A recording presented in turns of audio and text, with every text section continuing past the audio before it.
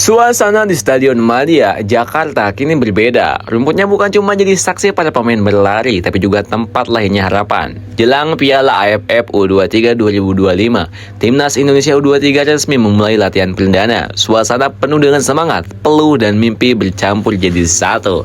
I picked him myself. Yes, I picked him all by myself. Ucap Gerald Vandenberg, sang pelatih kepala dengan nada jujur dan penuh beban. Ia datang dengan reputasi besar, namun mengaku tak kenal banyak pemain Indonesia saat pertama kali ditunjuk. Maka malam-malamnya habis untuk menonton pertandingan demi pertandingan, membedah profil satu persatu calon pengisi skuad Garuda Muda, dan hasil dari pengamatannya kini mulai terlihat. 30 pemain sudah dipanggil untuk pemusatan latihan. Dari sinilah segalanya dimulai. PSSI menaruh harapan tinggi pada Vandenberg. Targetnya bukan main-main, juara AFF U23, apalagi turnamen ini digelar di rumah sendiri antara Jakarta dan Bekasi dari 15 Juli mendatang. Tekanan tentu ada, tapi ini bukan beban, ini panggung dan setiap generasi punya panggungnya sendiri. Vandenberg tahu ia tak bisa berjalan sendiri, maka ia merakit tim kepelatihan yang solid. Nama-nama besar masuk dalam gerbong pendukungnya. Ada legenda Belanda berdarah Maluku, ada analis cerdas ex-timnas Belanda, ada pelatih lokal yang baru pensiun, hingga pelatih fisik jembolan dari Persebaya. Semua dipilih bukan asal comot. Mereka datang dengan tujuan membawa Garuda Muda terbang tinggi. Posisi asisten pelatih diisi 3 orang dengan latar yang saling melengkapi. Pertama, Simon Tahamata, legenda Ajax dan timnas Belanda yang kini diberi peran lebih besar.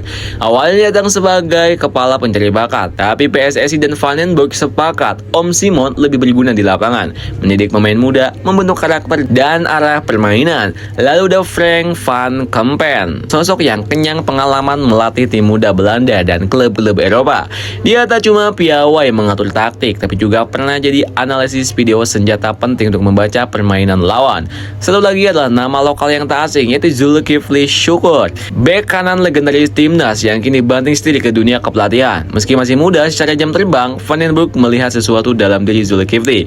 Kita pernah ketemu waktu interview dulu. Dia punya kualitas, begitu kira-kira pandangan dari Vandenberg. Untuk posisi pelatih kiper ada duet maut Sjoerd Woerdenberg dan Damian van Rensburg. Dua pelatih yang sebelumnya bahu-membahu di Dewa United kini bersatu lagi demi menggembang mental dan kemampuan para penjaga gawang muda Garuda. Di bagian fisik, Vandenberg menunjuk Muhammad Alimuddin, pelatih kebugaran yang sukses menjaga stamina para pemain Persebaya selama 4 tahun terakhir. Dari teknik, taktik, mental hingga fisik, semuanya kini dipoles habis-habisan. Tapi tentu, tak ada pelatih sehebat apapun yang bisa berjaya tanpa pemain berkualitas. Dan Vandenberg sadar betul akan itu. Skuad yang dipanggil kali ini adalah campuran pemain keturunan dan lokal. Mayoritas alumni tim U23 era Indra Sapri, mereka udah punya chemistry, udah saling kenal gaya mainnya. Nama-nama seperti Kadek Arel, Doni Pamungkas, Buffon hingga Tony Firmansyah kembali dipercaya. Beberapa pemain bahkan sudah mencicipi tim senior seperti Cahya Supriyadi dan Hoki Caraka.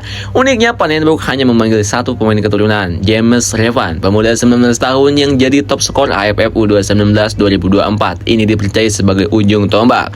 Pemain lain tak bisa dipanggil karena klub tak mengizinkan. Jelas, manajer timnas U23 Ahmad Zaki. Anjay.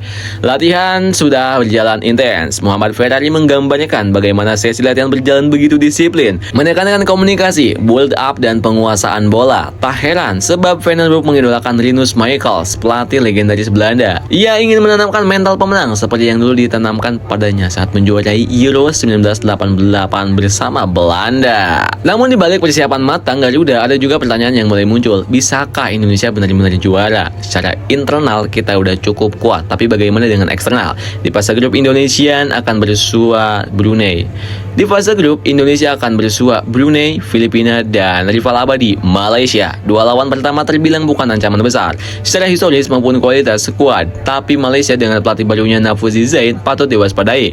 Mereka mempersiapkan diri lewat rangkaian uji coba dalam program Elite Games. Vandenberg harus siap membuat Indonesia tampil habis-habisan saat laga klasik ASEAN ini berlangsung. Lolos dari grup, tantangan akan lebih berat. Di semifinal dan final, kemungkinan besar Indonesia akan bertemu Vietnam atau Thailand, dua raksasa yang sedang diterpa badai internal. Thailand dilaporkan kacau sejak sebelum terakhir. Vietnam pun masih mencari bentuk terbaik timnya. Jika ada momen yang tepat untuk menyerang dan menyalip dominasi mereka, maka ini saatnya. Piala AFF U23 2025 bukan sekedar turnamen biasa. Ini soal harga diri, soal pembuka jalan menuju Piala Asia U23 2026, dan soal memberikan generasi muda Indonesia panggung yang layak mereka dapatkan. Dengan pelatih yang punya DNA juara, staf kepelatihan yang solid, skuad penuh chemistry, dan dukungan penuh dari rakyat di rumah sendiri, maka tak ada alasan untuk tidak percaya. AFF U23 2025 bukan hanya tentang sepak bola. Ini tentang menunjukkan bahwa Garuda Muda bisa terbang lebih tinggi.